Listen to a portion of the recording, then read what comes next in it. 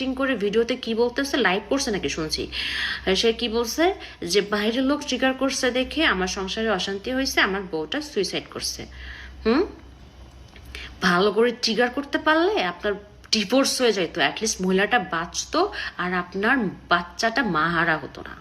কেন ভুলে গেছেন? আমার হাজব্যান্ডের ডিরেকশনে দুই বউ বয়রা নাটকে যখন আপনি শুটিং সেটে আসলেন সকালবেলা, আপনার রক্ষিতা তিথিকে নিয়ে সকালবেলা একসাথে গাড়ি করে আসলেন, এসে কারোর সাথে হাই হ্যালো নেই, ব্রেকফাস্ট করা নেই, একটা রুম লক করে ফেললেন। রুম লক করে আপনার রুমের সামনে প্রোডাকশন বয় খাবার নিয়ে দাঁড়ায় থাকলো, আপনার রুম খুললেন না কেন ভাইয়া? কি করতেছিলেন?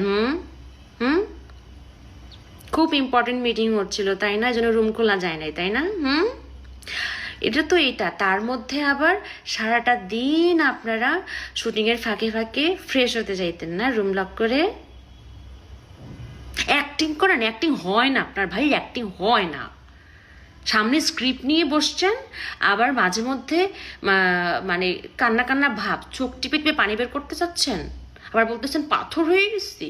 অ্যাক্টিং হচ্ছে না, অ্যাক্টিং আপনার। এগুলো কথা আপনার শুধু এটা না, আরো অনেক কুকর্মের কথা আপনার বউকে যখন বলছিলাম, আপনার বউকে আপনি আর মিশতে দেন নাই আমাদের সাথে। আর আমরা যেটা গিয়ে বলতে যাই নাই, আপনার বউ কাঁদতে কাঁদতে আমাদের বাসায় আসছিল। ভুলে গেছেন এগুলা? ভুলে গেছেন?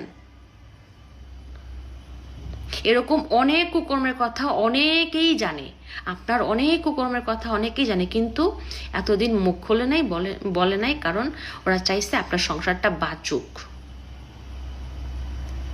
আপনার ডিভোর্স না হোক, কেউ সুইসাইড না করুক। কিন্তু এখন তো আর পানি হাতের ভিতরে নেই, তাই না ভাইয়া?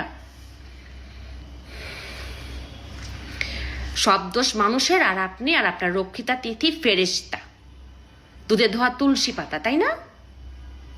পেয়াত্তুপ লম্পট কোথাকার।